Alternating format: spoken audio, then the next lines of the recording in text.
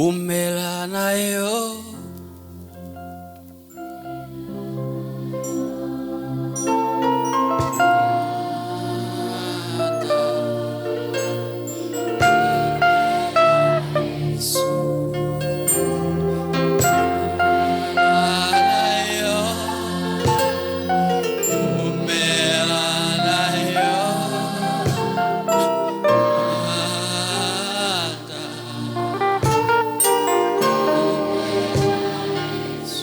Seigneur, notre cri de cœur est que tu sois celui qui règne à jamais dans la vie de chacun de nous.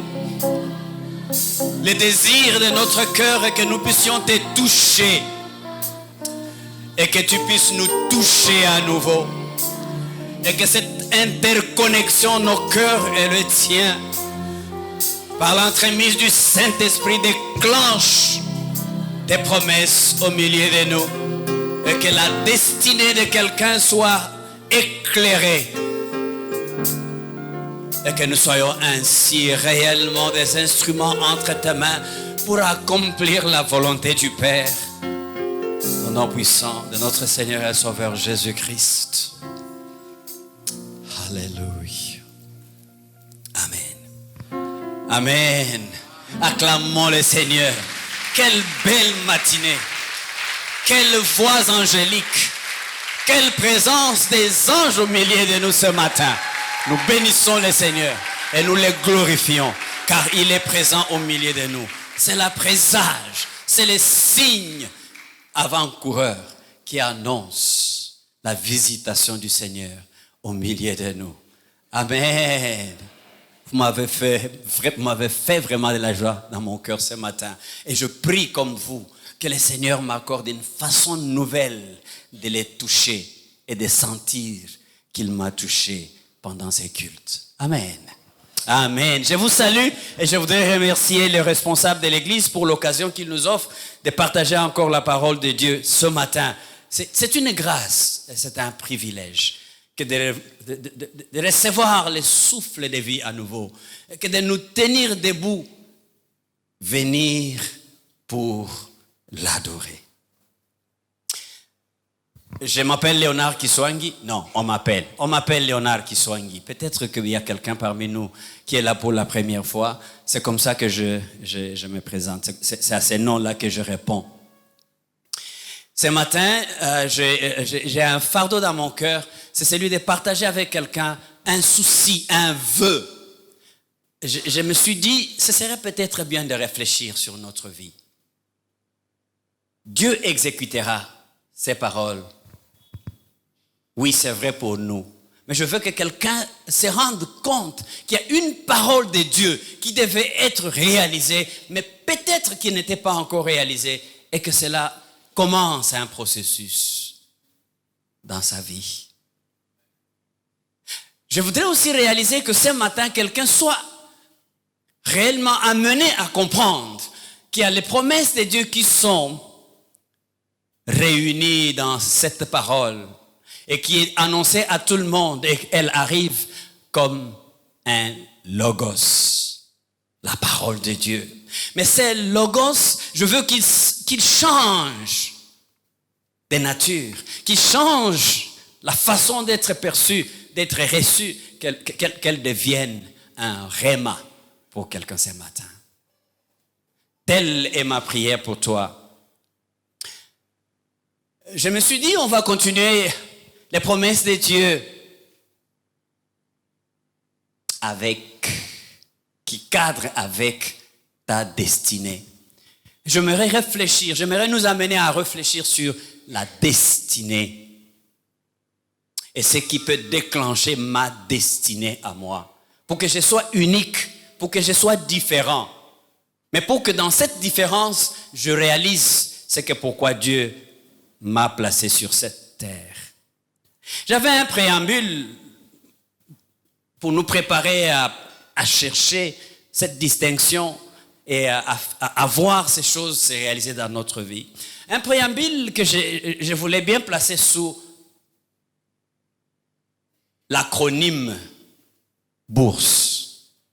Je crois avoir parlé de cet élément et que quelqu'un d'autre qui m'entend aujourd'hui pour la énième fois, qui mette ça sous le cadre de ce que cette bourse cadre avec la destinée de ta vie. Bourse, B.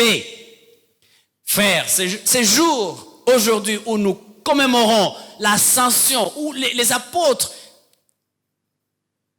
que dis-je, les disciples avant d'être apôtres, sont encore tremblants dans leur cœur, mais ils sont réunis et puis après, ils sont en train de se réjouir de la présence du Seigneur qui leur parle encore. Et puis, tout d'un coup, les voilà partis et ils sont restés comme dans l'étonnement. Il est parti. Et les anges de venir et dire, non, écoutez, c'est Jésus-là que vous avez vu partir, c'est de la même manière que vous le verrez revenir. Et lui, de leur dire, restez, recevez une puissance, le Saint-Esprit survenant sur vous. Donc, nous sommes dans cette période où nous commémorons ces événements rituels, si vous voulez bien, de notre liturgie chrétienne. Mais aujourd'hui, pendant que nous sommes en train de finir le mois de mai, qui est le mois d'évangélisation, bourse, as-tu réalisé les buts de Dieu? Si tu as encore la vie aujourd'hui, t'es-tu posé la question de savoir quel est le but pour lesquels certains ont célébré leurs anniversaires, certains sont encore en train de célébrer ça aujourd'hui. Est-ce que vous savez pourquoi Dieu vous a ajouté un jour de plus aujourd'hui? Votre vie a un but essentiel. Découvrir ces buts essentiels vous amènera à découvrir votre destinée particulière. Mais ces buts-là, lorsque vous les découvrez, certainement vous les découvrirez par révélation du Seigneur. Probablement vous ne les découvrirez pas jusqu'à ce que vous entrez dans l'opportunité que le Seigneur vous accorde. Opportunité. Vous ne vivez pas là juste comme n'importe qui. Chaque jour qui passe, le Seigneur apporte auprès de vous une occasion, une opportunité de révéler la raison d'être de votre vie. Mais mes amis, lorsque vous avez découvert ces buts, Paul dit, je cours. Je ne marche plus, j'ai cessé de marcher. Je cours. Je regardais la petite fille qui est chez nous à la maison. Il y a quelque temps, elle était juste prête à être transportée et déposée à un endroit. Mais j'étais surpris de voir à quatre pattes, elle peut courir. Je me dis, elle est en train de réaliser qu'il y a une urgence quelque part. Il faut courir, le temps est venu de courir, l'urgence. Bien aimé, vous posez l'urgence. Ça fait cette semaine, si vous regardez en arrière, combien sont des files d'attente dans les stations pour chercher le carburant? Il n'y en a pas. Et on nous dit que c'est à cause de l'Ukraine. Quand on parle d'Ukraine, vous voyez ça très très loin, très très loin. Mais vous ne savez pas que chaque jour qui passe, le Seigneur fait approcher des événements qui font que nous devons réaliser qu'il y a urgence. Que notre vie n'est pas là juste pour être un cadeau, ma foi, sans savoir pourquoi nous sommes là. Il y a l'urgence. Et cette urgence, bien aimé dans le Seigneur, réalisée 2050, vous pensez que c'est très très loin? Peut-être pour moi, certainement, je faisais les petits calculs. J'étais tout malheureux à réaliser que 2050 pourrait ne pas me trouver sous le soleil. Et peut-être quand il me trouverait, si vraiment le Seigneur me fait les bonus, plus un autre bonus, que je sois encore vivant, probablement il y aurait plus de dents dans ma bouche. Et en tout cas, je serais, peut-être si je peux encore me lever, ça ne pourra pas être tout droit. Mais pour la plupart d'entre nous, on sera partis. Gloire au Seigneur. Vous savez, il n'y aura plus de dinars. Les dinars de 1986, ils sont maintenant là-haut, comme vous le voyez. C'est vous, là, les dinars, là. Les dinars, là, 1986, 1989, quand ils réunissaient les aumôneries là-bas, et vous les voyez, Dina, il est comme ça, là, et il chante. Posez-lui la question aujourd'hui, il va chanter un chant essoufflé, terminé. Donc, nous avons l'urgence. 2050 arrive. Et les statistiques qui sont annoncées, si vous voulez comprendre notre destinée et ne pas nous asseoir, nous lever pour aller à l'urgence, il y aura sous le soleil le total qui est indiqué, le nombre de personnes qui seront sous le soleil en 2050, il y aura un Africain sur les 4 personnes qui seront en train de marcher sous le soleil sur la planète Terre. Un Africain. Cet Africain-là, probablement, ça sera votre arrière-petit-fils. On le trouvera sur tout ce qui s'appelle planète, tout ce qui s'appelle continent. 2050, les statistiques indiquent aussi qu'il y aura 85% de la population habitant sous le soleil et habitant en Afrique. Ces Africains ne seront pas au village de Lufutoto. Lufutoto, c'est mon village natal. Enfin, je ne sais même pas où il est, mais je sais que c'est mon village natal. Merci, frère. Donc, hier, l'évangile avec les missionnaires étaient les missionnaires qui venaient avec sa Bible et il allait à Lufutoto. Et quand il allait à Lufutoto dans notre village-là, il venait, on lui donnait les œufs et lui nous donnait un papier qu'il appelait Bible. On ne savait même pas à quoi il servait. Parce que c'était les villages. Et donc il y avait de ceux qui se préparaient ici pour aller annoncer l'évangile au village. Pas comme je vous l'annonce ici, pas comme ceux qui sont partis ce matin sous les champs l'ont fait, mais ils le faisaient comme parlant à ceux qui ne savaient ni lire ni écrire, parlant à ceux qui n'avaient pas encore senti ce que vous et moi sentons ce matin. Urbanisé. La même parole sera là, mais elle ne sera plus prêchée de la même manière qu'aujourd'hui. Les mêmes statistiques nous annoncent qu'en 2075, c'est clair que vraiment vous et moi ici réunis, sauf peut-être les fils de la fille qui est ici aujourd'hui sera là encore. Mais on dit qu'en cette date-là, en cette période-là, les statistiques annoncent, prévoient qu'il va y avoir sur les 101, si vous voulez que je dise ça bien, 101 villes qui seront dans nos pays sous le soleil, toutes les villes du monde réunies, Kinshasa, oui, j'ai bien dit, Kinshasa, la capitale du Congo RD, sera la première ville la plus peuplée parmi les 5. Ça ne sera pas Lagos, ça ne sera pas Mumbai, mais ça sera Kinshasa. Est-ce que vous m'avez entendu? Et 3 questions se posent. De toutes ces populations qu'on a indiquées, qui seront en Afrique, qui seront africains. Quand on dit qu'ils seront en Afrique, il y en a qui seront chinois, qui aimeraient s'appeler africains. Ils auront besoin d'écouter la parole de Dieu. Si nous ne leur donnons pas la parole de Dieu, ils vont écouter autre chose. Sommes-nous conscients? Sommes-nous préparés pour faire face à cela? C'est 95%, 85% de la population qui ne sera plus au village, mais qui vivra l'événement des carburants comme nous vivons aujourd'hui, qui vivra les motos comme nous les vivons aujourd'hui. Je ne sais pas, les drones et autre chose. Quel type d'évangéliste on prépare pour cet homme qui n'aura plus les rudiments, qui ne sera plus juste satisfait avec les rudiments, mais qui aimerait aller à un niveau élevé pour écouter la parole de Dieu? Qui sommes-nous en train de préparer? Bien-aimés, ce sont là les quelques réflexions que je me fais et je m'associe à ceux qui font ces réflexions par rapport à ces projections par rapport à la population. Et je me dis, nous sommes au bon endroit pour réaliser que si ceci est le cas et que nous sommes la bourse, nous comprenons notre but, nous comprenons l'urgence et toutes ces questions ne font qu'attisser encore. Je veux dire, ça aiguise notre motivation pour que nous ne puissions plus marcher comme n'importe qui, car B-O-U-R, la responsabilité vous revient à vous et à moi. N'attendons pas que cela soit le problème des pasteurs. N'attendons pas que cela soit le problème de Marie Misamu ou de Laure Mbogo. Ça sera à toi et à moi. Ça ne sera plus le rôle de ceux qui se maintiennent dans cette salle, juste dans les 4 murs. Mais ça sera ce que nous sommes en train d'apprendre à faire maintenant, ceux qui vont sortir. La responsabilité sera non seulement collective parce que nous avons la destinée collective, mais elle sera, et surtout elle est individuelle.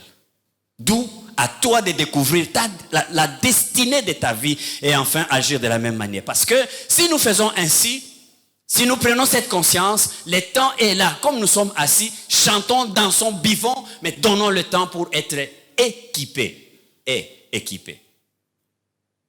Nous devons être équipés. Si vous voulez que les gens prennent des responsabilités, nous devons les équiper. Nous devons donner l'outil nécessaire à ceux-là qui vont être les témoins de demain.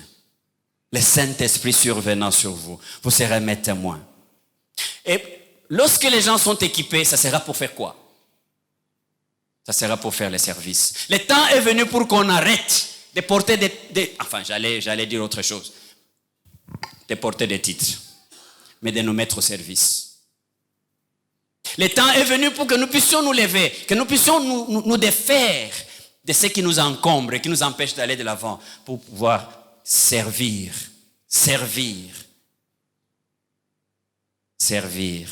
Allons à l'évangélisation. Le Seigneur nous y attend. Annonçons la bonne nouvelle à quelqu'un. Je me suis donc donné quelques points de motivation qui me poussent à aller plus loin. Pentecôte, oui. Bientôt, nous allons entrer dans les mouvements où nous voulons avoir les choses sensationnelles. Et la plupart d'entre nous, moi j'y étais aussi, mais je commence à quitter petit à petit. J'y étais. Vous savez, quand j'attendais me marier, je n'avais pas encore entendu la chanson de Moïse Mbie qui dit « Nabala ngai nabala nalata ngai nalata nalata ngai na. » Donc il y a des gens qui ne cessent de faire une prière égoïste, mais parce qu'ils ne savent pas que leur destinée a une portée beaucoup plus grande que Nabala. Oui, d'accord, c'est bien Kobala. Et puis finalement, souvent, ceci arrive lorsque vous savez que vous êtes dans une position de faiblesse. La femme que vous voulez Kobala, il y a déjà beaucoup qui rêvent plus que vous-même. Il y a beaucoup qui ont plus de biens que vous-même. Et vous êtes n'importe qui là. Donc vous êtes n'importe qui. Mais et puis, donc alors à ce moment-là, quand vous priez, Nabala.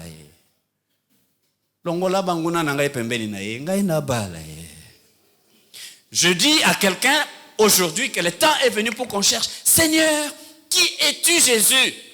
Comme Paul le dirait. Et que veux-tu que je fasse aujourd'hui pour que ma vie ait un sens? Plusieurs croient que leur vie a un sens quand ils ont porté la veste comme moi. L'autre jour, je me moquais. J'avais amené une veste ici. Je pensais que je viens du Congo. 4 épingles. J'arrive en Angola, je descends à Luanda. C'est lui qu'on a envoyé pour nous chercher, notre chauffeur. Il a la même veste. C'est le chauffeur qui est venu nous chercher. J'ai dit, ça moi je ne l'ai pas encore porté. Maintenant lui il est venu nous chercher avec ça. Comme ça quand je vais aller pêcher, ça va être quoi? Frère, votre valeur n'est ni dans la veste, même pas dans les mariages que vous rêvez. C'est des choses que le Seigneur donne. C'est des circonstances que le Seigneur fait concourir pour que votre destinée arrive à être opérationnelle. Mon souci ce matin est que nous puissions saisir comme Église quelle est notre destinée. Pourquoi le Seigneur nous accorde encore des faveurs. Et j'étais content de savoir que le dimanche passé, nous avons accueilli les hautes personnalités de cette institution. Est-ce que nous saisissons les choses? Nous ne sommes pas ici juste pour occuper l'espace. Il y a un but. 2050 est déjà en train de se réaliser pour vous et moi à l'IPN. Parce que un quart des peuples qui habiteront sous le soleil, arrivent dans les milieux universitaires où nous avons à collaborer avec les différents étudiants qui viennent de n'importe où. Vous savez, à cette époque-là, quand je venais j'avais dit même que chez nous, c'était au Kinzamvouette ou bien le Futoto. Je venais ici juste pour étudier. Je ne savais pas que les grandes choses me trouveraient ici. Et donc, il y a des personnes, les nations, le Seigneur les amène ici. Est-ce que nous sommes préparés? Ceux qui se préparent ne perdent pas leur temps dans les polémiques, même pas dans les polémiques des partis politiques. Ils prient. Ils intercèdent pour demander au Seigneur de dévoiler, de révéler ce qu'il devait appeler sa destinée. C'est ainsi que j'ai prié pour nous permettre d'aller Oh, ça c'est tout un enseignement, mais je suis désolé. Je vais prendre ce que je peux prendre. Et les jours où vous voudrez, nous pourrions prendre ce que nous ne pourrions pas prendre aujourd'hui. Si vous acceptez, nous allons lire la lettre de Paul aux Romains, le chapitre 12. Et nous allons lire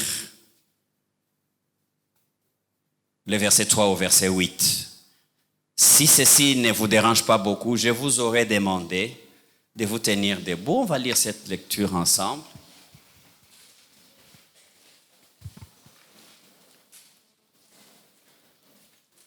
Romains chapitre 12, verset 3. En vertu de la grâce que Dieu m'a faite, voici ce que je dis à chacun d'entre vous. Ne soyez pas prétentieux. N'allez pas au-delà de ce à quoi vous devez prétendre. Tendez, au contraire, à une sage appréciation de vous-même. Chacun, selon la part que Dieu lui a donnée dans son œuvre, régi par la foi. Chacun de nous a dans un seul corps des membres, de nombreux organes, mais ces organes n'ont pas la même fonction. De même, alors que nous sommes nombreux, nous formons ensemble un seul corps par notre union avec le Christ. Et nous sommes tous, et chacun par sa part, membres les uns des autres. Et Dieu nous a accordé par grâce des dons différents. Pour l'un, c'est la prophétie. Qu'il exerce cette activité conformément à notre foi commune. Pour un autre, c'est le service. Qu'il se consacre à ses services. Que celui qui a reçu un ministère d'enseignant ou d'enseignement enseigne. Que celui qui a reçu un ministère d'encouragement encourage. Que celui qui donne le fasse sans arrière-pensée. Que celui qui dirige le fasse avec sérieux. Que celui qui secourt les malheureux le fasse avec joie. Je voulais ajouter le verset 9. L'amour ne sait pas mentir. Amen. Bien-aimés, ceux qui m'ont précédé dans ces passages ou dans ces partages nous ont présenté les promesses de Dieu que je remets dans les paroles de Dieu, que je rappelle à nous tous que ces paroles, ces promesses sont finalement ce qui constitue son logos, la parole. Cette parole-là, elle est d'abord à nous tous, indistinctement. Mais c'est dans cela que nous devons naviguer pour trouver ce qui est spécifique à nous. Quand ça devient spécifique à nous, c'est que ça cadre avec notre destinée. Et quand ça cadre avec notre destinée, ça change de nom. Ça ne sera plus juste un logos. Ça deviendra un rhéma. Et mon vœu est que tu cherches ardemment de tout ton cœur, chaque jour, lorsque le Seigneur te donne un jour nouveau, te donne quelques minutes à vivre, que tu ne perdes pas ton temps. Mais Seigneur, donne-moi dans la minute qui reste ce que tu crois que je devais découvrir et agir avec pour que ton église aille de l'avant. Pour que ma famille, la famille que le Seigneur t'a donnée, où tu es père, où tu es fils, où tu es fille, où tu es mère, chaque matin, prie.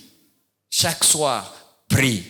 Recherche la révélation de la connaissance de ta destinée. Parce que tu n'es pas dans cette famille comme un fait du hasard. C'est là que je me disais, le Seigneur va donner les dons pendant cette période, mais ne confondez pas. Et je vous en supplie, ne courez pas aux dons de manifestation. J'y reviendrai. Car les dons de manifestation sont collés au destin. Est-ce que je peux me faire entendre encore près de quelqu'un? Les dons de manifestation sont collés au destin. Et le destin n'a les propriétaires, n'a la capacité d'être bougé que par celui qui l'a créé. Il s'appelle Dieu. Dieu le Créateur, Dieu le Père. Alléluia. Donc, lorsque nous parlons de miracles, arrêtez de courir pour chercher les miracles. Parce que vous n'avez ni la capacité, ni la force de créer un miracle. Je vous déçois, mais c'est la vérité. Il n'y a que le Saint-Esprit qui donne un miracle quand il veut que cela arrive. Pour une cause spécifique.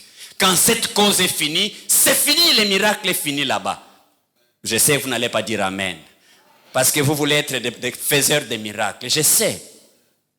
Mais je vous déçois. Quelqu'un me disait, si tu veux que Dieu se moque de toi, fais un plan pour un miracle. Tu veux que Dieu te moque de toi? Rentre dans ta maison, fabrique un miracle. Dieu va se moquer de toi. Parce que ça n'a rien à voir avec ni ton intelligence, ni ton onction, mais cela est l'œuvre du Saint-Esprit par toi. Et il les donne à tous ceux qui ont le Seigneur en eux et qui ont une connexion avec le Saint-Esprit. Et c'est pourquoi, quelque part, je disais, le destin est un domaine caché à Dieu. Mais la destinée, c'est un domaine de collaboration, Dieu et toi. Cherche ces domaines de collaboration. Pourquoi le destin est réservé à Dieu et c'est lui seul qui agit? Et pourquoi est-ce que la destinée n'est pas un domaine fixé? Je décourage aussi à quelqu'un qui croit, bon, moi je ne peux plus rien faire, donc ma vie est déjà arrêtée ici, je ne peux plus rien faire. Non, là tu deviens paresseux et tu collabores avec les diables. Je veux que tu collabores avec le Seigneur, que tu saches, mais est-ce que ces promesses ont tari ou ont encore une valeur dans ma vie? Oui, tu collabores pour l'exécution de ta destinée parce qu'en réalité, le Seigneur dit pour tous ceux qui ont les visages découverts, dévoilés. Frère, je veux que tu commences ce matin même à oublier les titres que tu as. Ils t'enveloppent trop et ils t'empêchent de découvrir ta destinée réelle. Et tu dis, je me débrouille. Vous savez, celui qui se débrouille, ce qu'il fait, c'est quoi? Vous avez oublié vite. Il s'embrouille. Non, ne vous débrouillez pas. Pour ces choses, pour ce qui concerne les promesses de Dieu, ne vous débrouillez pas. Parce que tant que vous chercherez à vous débrouiller, vous allez vous embrouiller. Fixez-vous dans la bonne direction. Et le Seigneur vous rencontrera par là. C'est là où 2 Corinthiens chapitre 3 verset 18 nous dit, nous tous qui les visages découverts. Et la suite de ce passage dit que nous serons transformés. Frère, le destin, tu ne peux pas le changer. Mais la destinée, tu peux collaborer pour que ta situation actuelle change. Parce que cela est une collaboration que le Seigneur veut avec toi. Il a fixé un temps. Si ce temps n'est pas encore arrivé, toi ne te décourage pas. Continue à marcher parce que tu arriveras. Pourquoi? Le destin de Dieu caché dans ses promesses. Tu collabores parce qu'il te donne l'occasion de collaborer pour découvrir ce qui est ta destinée. C'est pourquoi vous lirez dans Jérémie chapitre 33, verset 3. Jérémie 33, verset 3. Il est dit, invoque-moi et je te répondrai. Mais quand il va me répondre, il fera quoi? Il y a en moi, ces destins ont caché quelque chose quelque part où ma destinée est obligée de découvrir. Les secrets sont cachés. Et donc le Seigneur veut que je puisse collaborer, que j'entre dans une démarche. Quelle est cette démarche? Quelle est cette démarche selon ces versets? Que je puisse invoquer, que je puisse demander, que je puisse chercher. Nous entendons là qu'il y a une demande explicite de Dieu pour que ces promesses qui cadrent avec notre destinée puissent s'accomplir. Donc frère, ne restez pas là chez vous à la maison en disant, bon, j'attends l'accomplissement des promesses du Seigneur. Non. Il y a un élément qu'il faut là, pour nous, d'une manière collective et pour nous, d'une manière individuelle, c'est de laisser tomber l'orgueil. Frère, pour ce qui concerne les promesses de Dieu, l'orgueil n'a pas de la place. La condition pour que les promesses de Dieu se laissent dévoiler à toi, c'est que tu puisses prendre la condition d'humilité, que tu puisses t'abaisser, que tu puisses reconnaître que c'est à lui qu'il y a les oui, mais c'est aussi pour ça que par lui, nous disons Amen. Il y a là un caractère irréfutable des promesses de Dieu dans notre vie. Mais ces caractères irréfutables, cette nature souveraine de Dieu, pour qu'il puisse révéler ce qu'il a caché pour toi et moi, il nous fait entrer dans son secret si nous l'invoquons. Mais aussi en tant qu'Église, je crois que nous avons entendu le Seigneur dire, si un jour il fermait les ciels, qu'il n'avait plus de pluie, ça c'est dans son destin, c'est dans sa souveraineté. S'il arrivait à décider ça, s'il arrivait qu'il n'y ait pas de carburant dans la ville de Kinshasa, et s'il arrivait que l'Ukraine continue à se faire bombarder, qui peut l'empêcher? Vous savez qu'il y a quelqu'un qui peut l'empêcher? Et vous savez la condition par laquelle on peut l'empêcher? Il dit, 2 Chroniques, chapitre 7. Il dit quoi? Si, vous voyez, il y a une condition. Moi, Dieu, je suis souverain. Mais la seule situation qui peut me permettre à dévoiler la destinée de mon peuple, cette destinée qui est le lieu où les hommes de partout viendraient prendre la vie, c'est que ce peuple-là doit s'humilier. Si le peuple sur qui est invoqué mon nom s'humilie, s'il cherche ma face, s'il se détourne de ces mauvaises voies, la décision que j'avais prise, je peux la changer pour qu'elle puisse concourir à sa destinée. Et vous savez que cette promesse-là, il l'a donnée dans l'inauguration du temple, comme notre sanctuaire de gloire. Dans ce sanctuaire, il a dit, désormais, mes oreilles seront ouvertes, mes yeux ouverts pour voir ce que vous demanderez dans ces lieux, pour entendre les prières qui seront montées en ces lieux. Si nous nous mettons d'accord et nous prions pour la paix en Ukraine, si nous prions pour un nouveau mandat ou de nouvelles élections pour notre pays, si réellement nous arrêtons les combines, les conformismes et autres ismes, comme je l'avais dit l'autre fois, nous pouvons nous rencontrer, nous sentir connectés avec le Seigneur et lui demander, il peut accomplir ses promesses au travers de nos vies. Genèse 4, 4-8, vous connaissez le récit qu'il y a là-bas de Caïn, qui a donné la mort à son frère. Caïn l'a fait, le destin de Dieu était que Caïn et Abel étaient ses enfants.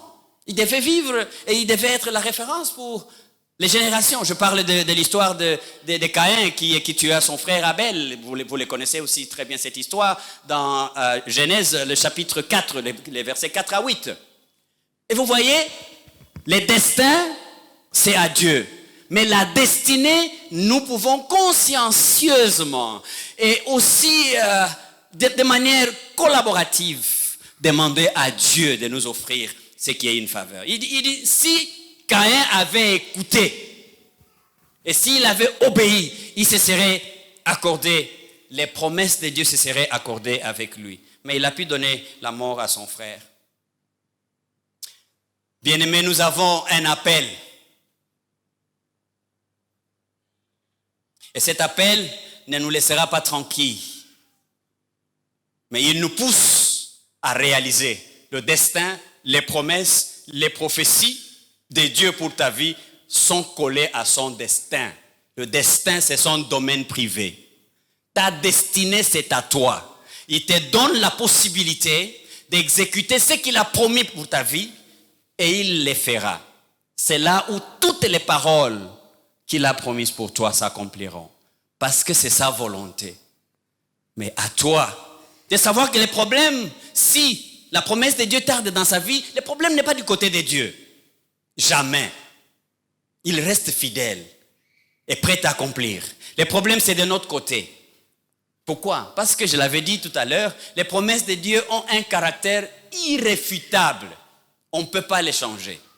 Et c'est ça que nous avons dans 2 Corinthiens. 2 Corinthiens, chapitre 1, verset 20. Car, pour ce qui concerne toutes les promesses de Dieu, c'est en lui qui est le oui. C'est pourquoi encore l'Amen par lui est prononcé par nous à la gloire de Dieu.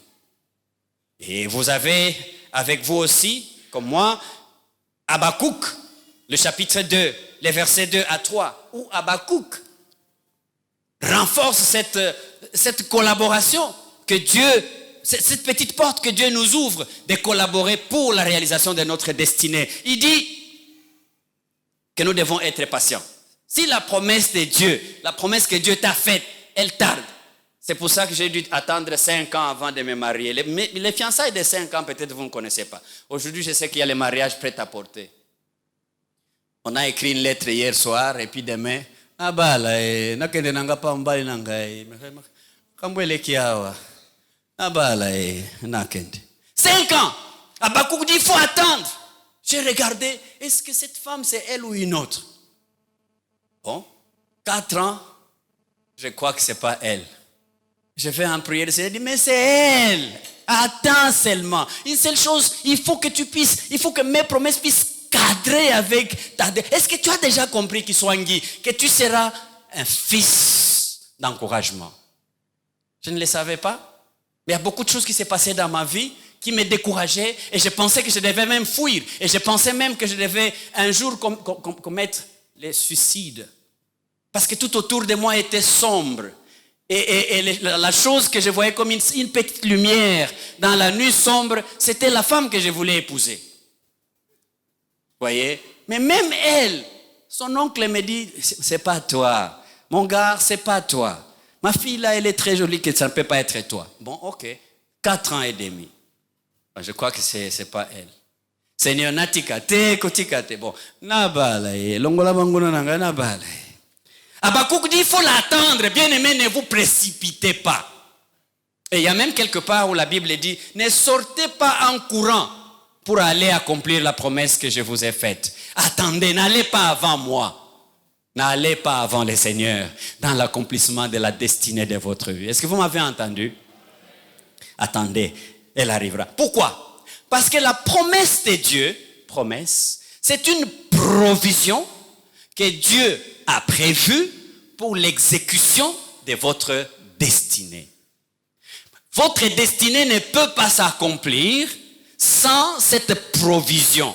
C'est pourquoi les promesses que Dieu vous a faites, elles vont s'accomplir. Et l'autre chant que j'aime, ou les chants ou les slogans de Kinoa dit, ah, Garwana, Azana Bora, Nzambe Akatinae. Moi, je ne comprenais pas beaucoup. C'était quoi? Ah, Tipana, Tika, Suka, Tchelo Boko, Okwei, Bora Nzambe Zakatinae. Donc, ça veut dire que le destin de Dieu en lui accomplira sa destinée. Alléluia. Donc, il est essentiel pour toi et moi de découvrir notre appel. Quelqu'un disait, vous êtes exactement, frère David, tu es exactement dans cette église. Ba bousculé o te. Tu es exactement dans la famille là de Senda. Balinga te. David, c'est toi. Il n'y aura pas un autre David Senda. Quand bien même il aurait eu un nom de David Senda. Mais le David Senda, selon Dieu, c'est toi. Je pensais que tu allais dire Amen. C'est que Dieu a prévu d'accomplir dans la famille Senda, par David Senda. Si tu refuses de l'accomplir, il n'y aura rien qui va se passer. Et les gens vont prendre le temps pour attendre que la promesse de Dieu s'accomplisse pour la famille Senda. Jusqu'au jour où tu découvres, voilà pourquoi il faut chercher à découvrir quel est cet appel de Dieu unique en toi. Parce que tu es exactement ce que Dieu a ordonné pour ta vie. Et que tu sois la solution aux problèmes des autres. C'est là ta destinée. 3 clés dans la recherche de la découverte de ta destinée. 3 clés.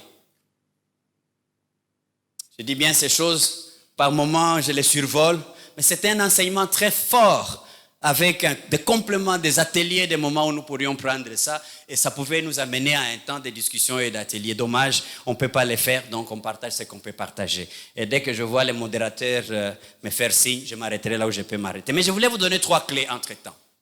La première clé, c'est comme ce que Paul nous dit quand il rencontre Jésus-Christ.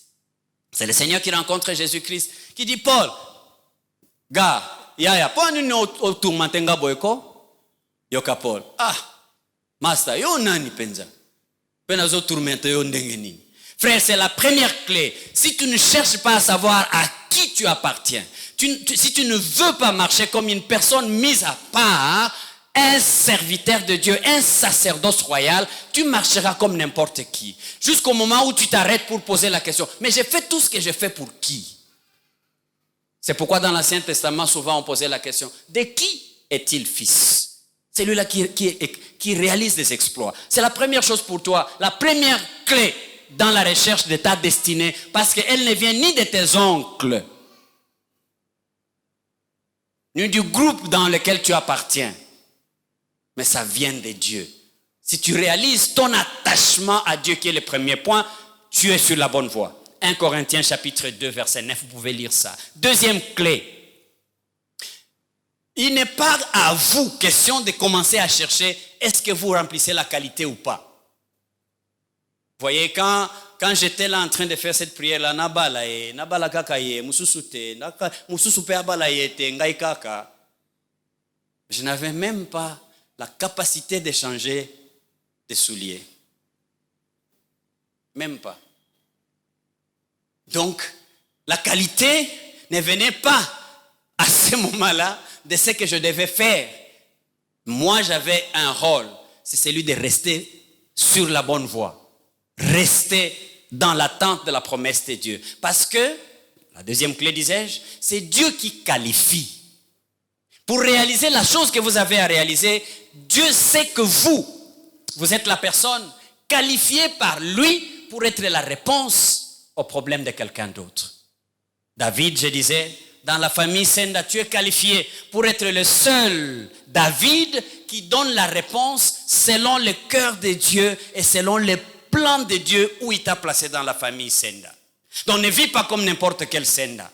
Tu dois vivre tous les jours, dire, mais dans cette famille Senda, est-ce que je ne suis pas le pacificateur? Tu commences à chercher. Quand Jemima s'est brouillé un tout petit peu avec Ezer, qui n'est pas là aujourd'hui. Hein? Non, hein? Ou quand le pasteur, il est là au coin là. Il s'est brouillé, pourquoi vous savez? Il s'est brouillé quand lui dit, bon, on va toquer les bossos. Et quand il commence à faire comme ça, et puis Jemima fait comme ça, il s'embrouille un peu. Et toi tu dis, non, ne vous embrouillez pas, ça marche, allons de l'avant. À gauche, à droite. Alléluia. Chacun de nous a un rôle. Il doit y avoir un pacificateur. Il doit y avoir des gens chauds, des gens timides. Tout ça, ça existe dans la famille. Donc il faut que nous, les parents, nous l'église, nous la famille, des gens que le Seigneur nous a donnés, nous ayons un rôle à identifier ce que Dieu a mis dans chacun de nos enfants, dans chacun de nos partenaires. Parce qu'il y a quelqu'un qui cherche une solution. Et toi, tu es la personne. Dans Marc 10, chapitre 10, verset 47, il y a là quelqu'un qui doit avoir une solution. Plusieurs bazako sepelate na solution oyazo luka. Mais il fallait que Yesu na minute wana aleka na place wana pour que mwana oyo aganga Jésus, fils de David, aie pitié de moi. C'est toi qui vas entendre ces cris-là parce que Dieu t'aura donné une disposition particulière que les autres ne vont pas avoir. Donc il faut être la personne que Dieu qualifie. Ne cherche pas à te qualifier personnellement en te donnant une fausse description de toi-même. Puis ensuite, cherche à découvrir les buts de Dieu dans sa vie. Et tu les découvriras au travers des choses. 3. D'abord 2. Parce que je viens de parler de la première, ta prière. Et les deux autres, Paul nous les donne. Quand nous lisons Acte 9, chapitre 9, versets 5 à 6, nous voyons Paul, je l'avais dit tout à l'heure, qui trouve sa motivation de faire tout ce que vous avez vu Paul faire après. Et même quand il arrive à dire tout ce que je pensais être, je croyais que j'étais parmi les juifs, j'étais les juifs, parmi les ceci, j'étais les ceci, parmi les j'étais les cela. Et d'ailleurs, moi. Vous savez aussi que j'avais déjà dit que moi, souvent arrive à malade, un malade, ou même un médiocre si vous voulez bien, mais qui est tout à fait orgueilleux, malheureusement il s'ignore. Moi. Vous voulez parler des choses, moi. Vous voulez donner ça, moi. Moi. Donc les moi là, c'est un malade, orgueilleux, mais il s'ignore. Paul dit, Seigneur, qui es-tu? Et que veux-tu que je fasse? C'est ma démarche que je vous propose. Pour qu'aujourd'hui, avant de quitter ici, voilà, il est là. Je vous disais qu'il va venir. Vous voyez, il est déjà là.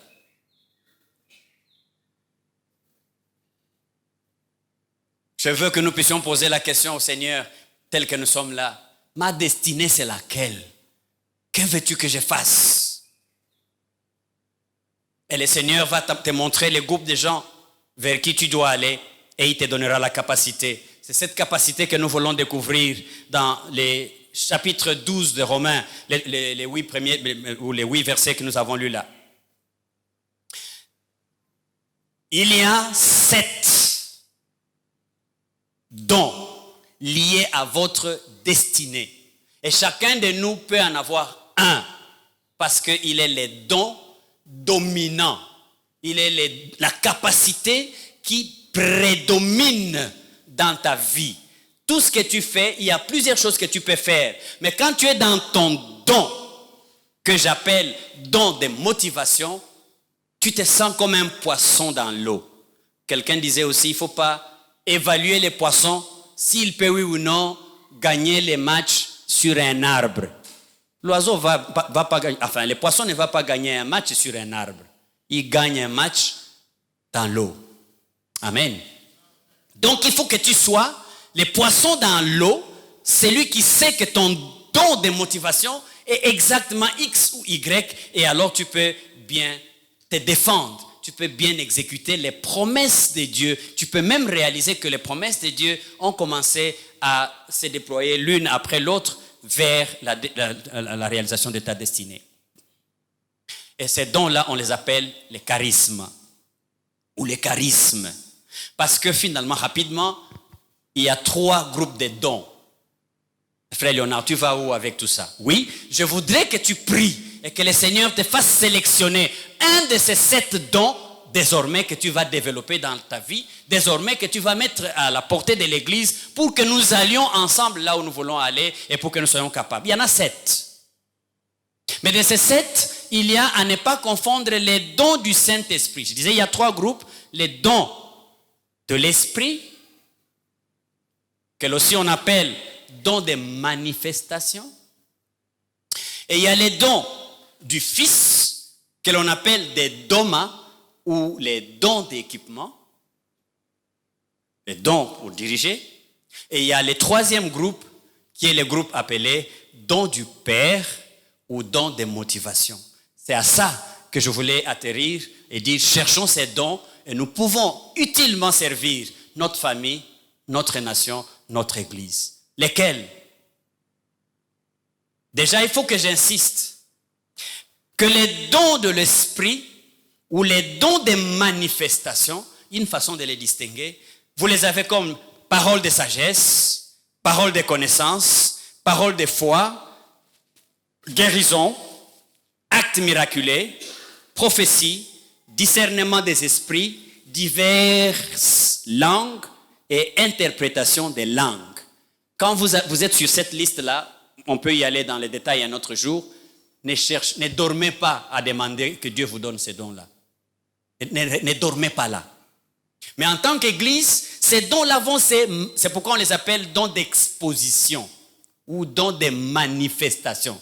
C'est les dons qui se manifestent à la demande de l'Église que nous sommes, vu un besoin qui existe, ensemble réunis, comme ils étaient réunis dans la chambre haute et que les dons se sont manifestés parmi eux. Ces dons-là se manifestent pour les buts précis maintenant. Point.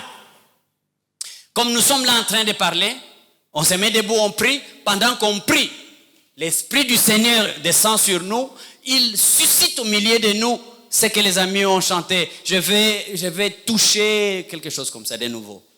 Je vais être dans ta présence. On entre dans la présence du Seigneur. Toute autre chose nous quitte. Nous prions. pendant que nous sommes en train de prier, le Seigneur va se manifester par une femme, pourquoi pas? Par un enfant, pourquoi pas? Qui va prier et qui va quitter là-bas et qui va venir dans la salle, qui va toucher quelqu'un, il touche et la personne dit « Ah, le Seigneur m'a touché, ma jambe là qui n'allait pas, maintenant ça marche. » On regarde, mais qui l'a touché? C'est juste le petit là. Ah, comment ça? Est-ce que ça, ce n'est pas un moupongo? Chez nous là-bas, on dirait voilà, un moupongo. Ça veut dire que ce petit-là a simbi déjà et loco.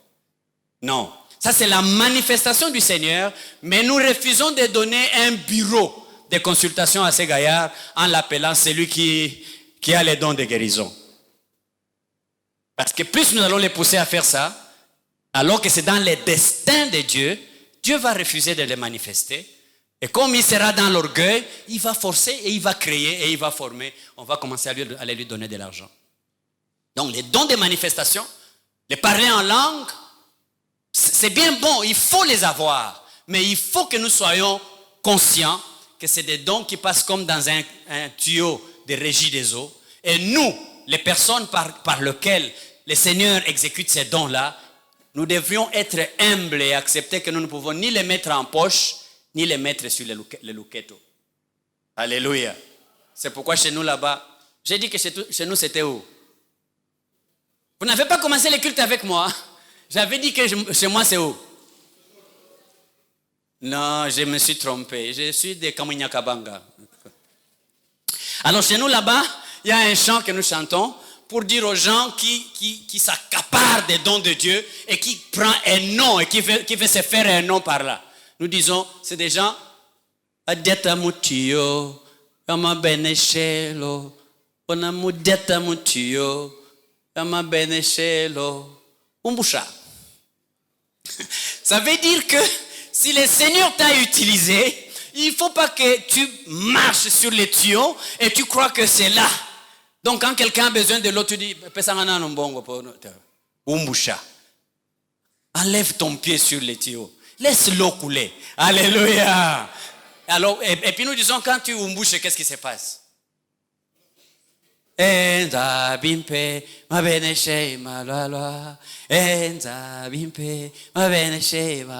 que tu dois faire? Fais du bien. Mets-toi dans la bonne position du Seigneur. Et les bénédictions du Seigneur couleront par toi et atteindront sa destinée. Alléluia. Ça, c'est là où je ne vais pas rester longtemps. Mais je crois que c'est un endroit où on peut rester un jour. Je finis par les dons auxquels je veux que nous puissions tous aspirer. Et à la fin de ces cultes, je veux que nous puissions prier que au moins Dieu révèle à moi ce qui est mon don prédominant, ce qui est dans mon ADN, ce qui fait que je sois Kiswangi et que je ne sois pas Jean, que je ne sois pas Pierre. Alléluia. Il y en a 7. Je les cite. Selon la liste devant moi, j'ai les dons appelés dons du Père ou les charismes. J'ai entendu les modérateurs parler totikana no bakarisme ou anezana lingala. Souvent bakarisme là qui se net mutumoza yaya mobo te. Donc les charismes, c'est au fait ces dons là tels que quand on t'a vu, on sait que ces frères là, c'est ça, sont forts. Et donc il y a dans Actes chapitre 2 verset 16, il y a les dons des prophéties, aussi appelés dons de percevoir. Et là aussi, les dons des prophéties, nous l'avons tellement réduit à ce que nous comprenons. Non. Les dons, n'est-ce pas, des prophéties, c'est un don qui permet, dans un groupe comme nous sommes là, de percevoir des choses à venir. Est-ce que je me fais entendre? C'est ça, au fait, les dons des prophéties. Ce n'est pas nécessairement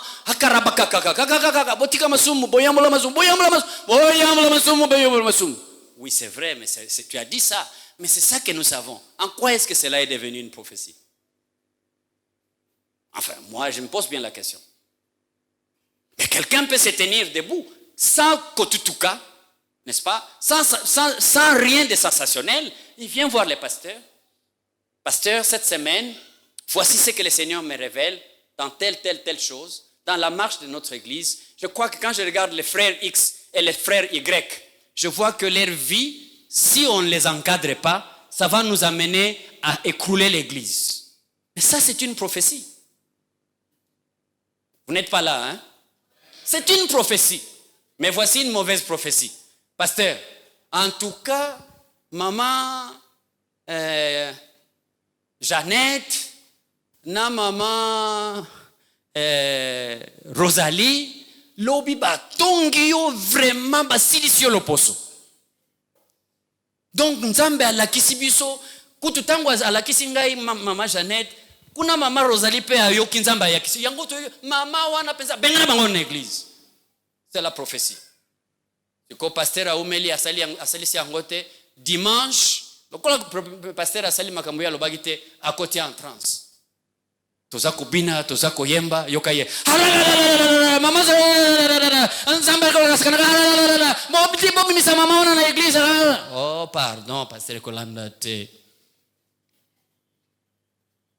Donc la prophétie, c'est ces dons-là, cette capacité de la destinée du Seigneur en toi qui te donne une portion de grâce qui te permet de dire les choses qui vont arriver et souvent à titre d'avertissement, mais aussi à titre de révélation de quelque chose que le Seigneur est prêt à faire. Et nous avons dans la parole de Dieu Pierre qui avait ces dons-là. Vous pouvez l'imiter. Dans Jean 6, versets 5 à 7, vous avez Philippe qui lui avait les dons de service. Ici, là, il n'est pas question d'un service que je rends pour que finalement tout le monde me voie. Non, c'est le service vraiment dénoué de publicité, mais un service rendu comme nous le voyons dans la parole de Dieu que j'ai souligné par notre frère Philippe. Et vous avez la grâce ou les dons de Père qui est les dons d'enseigner. Et ça, c'est une grâce particulière qui donne une capacité de communiquer les choses après des recherches bien fournies. C'est là que je me refuse de croire que le pasteur berger de la paroisse de l'IPN soit plus pasteur que les pasteurs séraphins.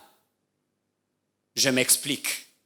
Le Seigneur a mis dans le frère Séraphin, et je ne veux pas dire que tous les enseignants ont les dons d'enseigner. Non, il y a les enseignants qui enseignent parce que c'est par là qu'il a les salaires. Donc ce n'est pas un don.